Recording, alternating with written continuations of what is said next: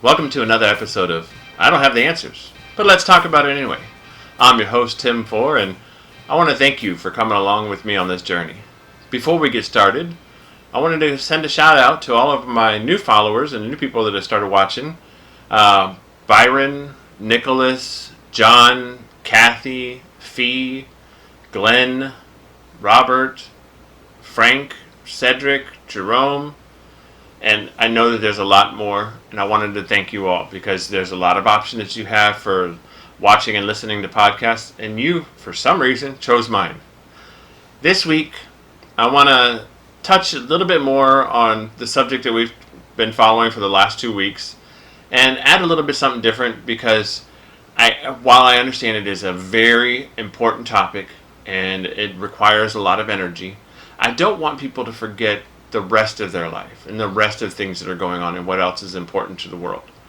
So, yes, I wanted to dabble in a little bit of what I think is a hot item and tell you a little bit of my personal feelings.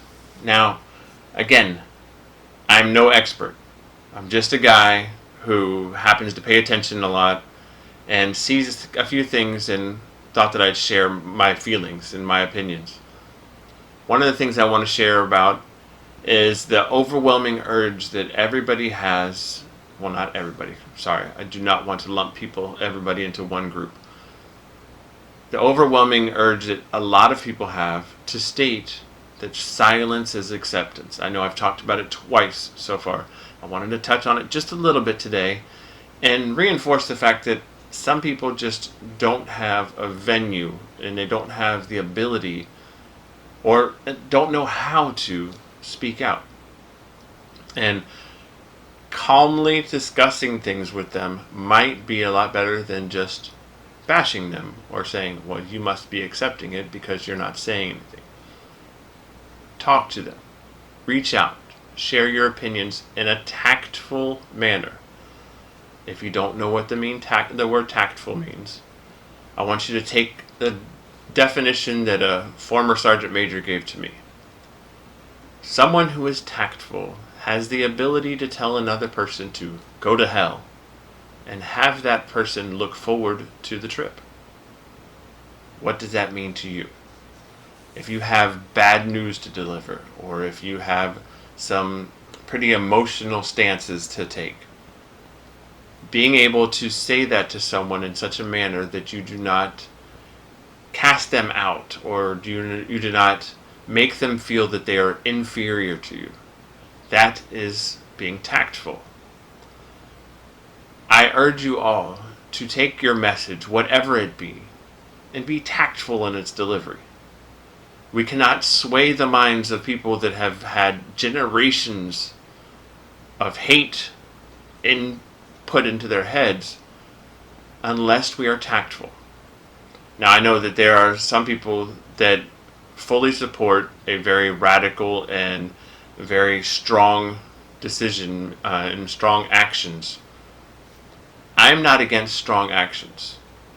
I'm against violent actions. There's a difference. Strong actions are needed, but tactful actions are needed as well. I'm not saying that that I disagree with the movement or anything else. I fully support equality above all else because we're no different.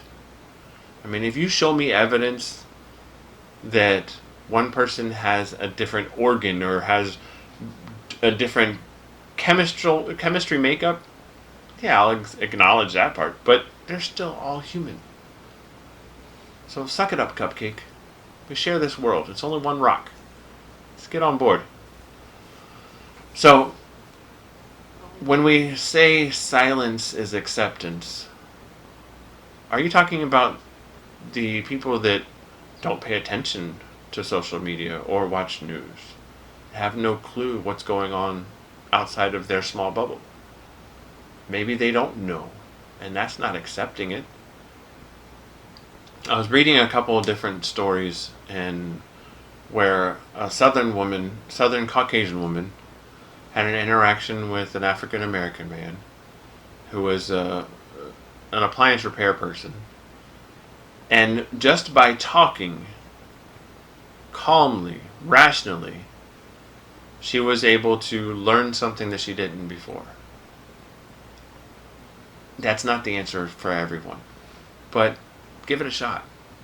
So we have to start calmly in some circumstances. Now, I'm not saying we don't deliver the message home if necessary, but let's be tactful. Another statement that I can't stand hearing over and over and over and over again: just get rid of the police. That's not the answer. Come on, really? We're smarter than that. We can change the police. We can adapt with the police. We can adjust their purview. But don't get rid of them. They're a necessary part of our society. There's studies saying that, I know that people are pointing to a couple of different cities that have, they said, disbanded or defunded their police department. They didn't get rid of them.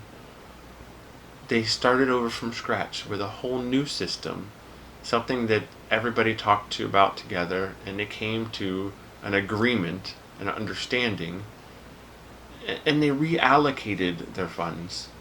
They didn't send them all away and get rid of them. Well, they got rid of some of the people because they needed to. So we need to start thinking, how can we improve? And don't just say get rid of them. Defunding is not the answer in all situations. If you've done research on it and you have a sound argument to make and you can tactfully explain it, please do. I welcome anyone to openly discuss this with me, and I'll be happy to. Now, the other subject that I said that was going to be kind of new is about something totally different, and it's just to put a bug in your ear so that you can think about this. It was brought to me by a friend of mine, Katie, and for those of you interested, check out KJ Certified. Awesome YouTube series. She'll be able to answer those questions, any questions about her show, but check them out. Anyway, we're going to talk a little bit about organic food and sustainability. Everybody's like, oh, I go to the market and I get organic produce and I get organic this and organic that. Is it really sustainable? Now, sustainability is more of a way of doing things, and it's not a specific checklist. It's how can we maintain the level that we're producing without such an impact to our environment. In some cases, organic is not the best answer. If you live in New York and you're looking for organic tomatoes in February, don't bother. Just don't. Because you're not going to get them until maybe between July and August. September if you're lucky. So anything you see at a grocery store, if you're not in a temperate climate that says organic on its label, that had to sit in a truck driving from whatever state they came from for hundreds of miles to get to you, so that organic produce that was supposed to be helping the environment because it was grown without pesticides and without these chemicals to control weeds, it just burnt another hole in the ozone layer while it was driving from Florida all the way to see you in Saskatchewan. So think about what you're buying. Sometimes local has a lower impact than organic, and you just got to think about, what am I buying and where am I buying it from? Look at the location. If you can go to your local grocery store and see where your produce is coming from, make a determination. Do I go with organic that's supposedly healthy, but the method it got to me is not exactly the best? Or do you try something different? So take a look at those. Those are just some ideas, and if you have any questions or suggestions, please don't hesitate.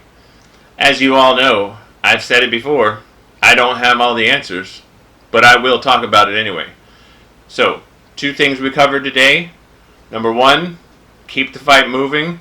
Keep it going strong, but be tactful when you do it. Number 2, if you're gonna buy produce and you want to pick the one that has the lowest impact on the environment, then put some thought into it. Are you gonna get something that just has the USDA organic symbol on it because it went through all those extra steps to become organic?